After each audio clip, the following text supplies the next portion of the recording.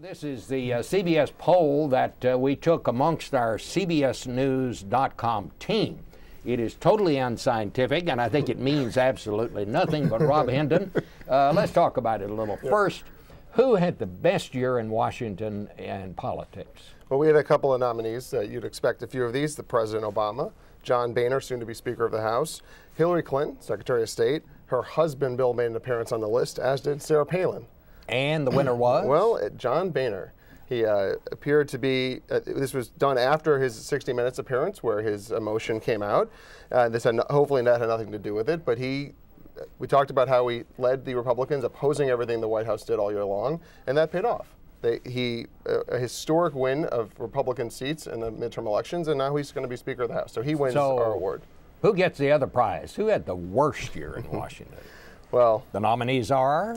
Again, President Obama, you could say that, Nancy Pelosi, Michael Steele, the head of the Republican National Committee, and then two members of the House caucus, Democrats, Charlie Rangel and Eric Massa. So the winner, this is an interesting win here. I guess it's a tie between Mr. Rangel and Massa. Both of them, one of them resigned over a scandal of inappropriate activity. The other one survived a scandal, got reelected. Lost his chairmanship. But lost his chairmanship and was rebuked by the Congress. So Rangel and Massa, the two Democrats, of all the Democrats who lost, those two are our winners of the award. Were those your choices, Charles? Charlie Rangel was my choice, and absolutely on John Boehner. But ask me that same question at the end of next year, as far as John Boehner, because I don't see it being a really good political year for him in 2011. Well, he's got his work cut out for him. We know that. You know, there were a lot, I would say, of really strange moments, funny moments. What were our choices in those categories, Rob? Well, the first one is Biden's use of creative language in describing the health care signing. It was a big bleeping deal. You had Christine O'Donnell making waves in campaign ad history, saying she's not a witch. Rand Paul supporter got a little physical with a liberal MoveOn.org volunteer kicking in her head at one point late in the campaign event. You had Carly Fiorina, who ran for Senate in California, caught an open mic mocking Senator Barbara Boxer's hair. And only something Washington could love, Stephen Colbert testifying on Capitol Hill. And the winner? I am not a witch. Well, I'm not, neither is Christine O'Donnell, and that is the strangest, funniest moment of the year, according to our team. What do you think, Joe? You know, I picked the Rand Paul moment, or the Rand Paul supporter kicking in the head of the MoveOn.org protester. That was just so bizarre and just really sad. I mean, because I thought a lot of people thought Rand Paul would lose because of that, but he actually won. So, a lot of Kentuckians, I think, they took offense to these MoveOn.org activists coming in and sort of invading Kentucky, so to speak. So, so it was really weird. You know, I have to say, and I guess the categories are already passed, but amongst I wouldn't call it a funny moment, but a kind of a strange moment, and I think it was kind of right up there with the worst moments that you didn't mention, and that is Meg Whitman. Here is somebody who spent 140, or maybe it was 160 before it was over, of her own money, and lost the race for governor against Jerry Brown. But I can't even remember the guy's name who spent $26 million running against Meg Whitman of his own money, and he didn't even get his party's nomination. So there ought to be some sort of a category in there for folks who... Worst investment. Yeah. Worst investment.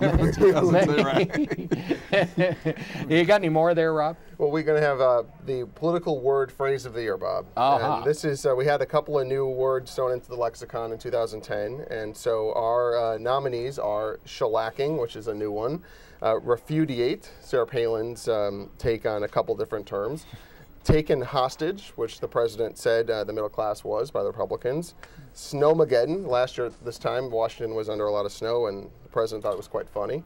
Austerity, which happened to be the Merriam-Webster word of the year. Slurpee Summit, coined by our own Mark Knoller at the White House in terms of the meeting with the president and the Republicans. Again, the Biden BFD, and you can figure out what that stands for. And Demon Sheep, going back to the Senate race, what Carly Fiorina claimed other Republicans And who was the winner in this?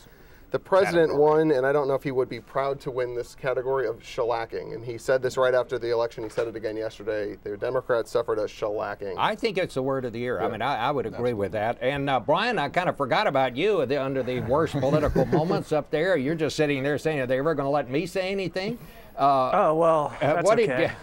What do you think about I would go with selections? refudiate, to be honest. I like refudiate. I mean, shellacking is obviously a great word, but refudiate goes at everything that Sarah Palin is about, right? I mean, she took a word and she made it her own, and when people started to criticize her for it, she said, oh, this is just the, elites on the coasts that are trying to tell people like me, how to talk and how to think. I mean, everything about Palin I felt like was encompassed in her choice of refudiate. So I really like that as a word. Of course, shellacking obviously really did encompass what happened to the Democrats and also President Obama. It's a lot easier to see him using a word like that than it is Sarah Palin. So let me ask you guys, all of you, while I've got you here, let's just make one little prediction. Does anybody think that Sarah Palin is going to run for president? I didn't.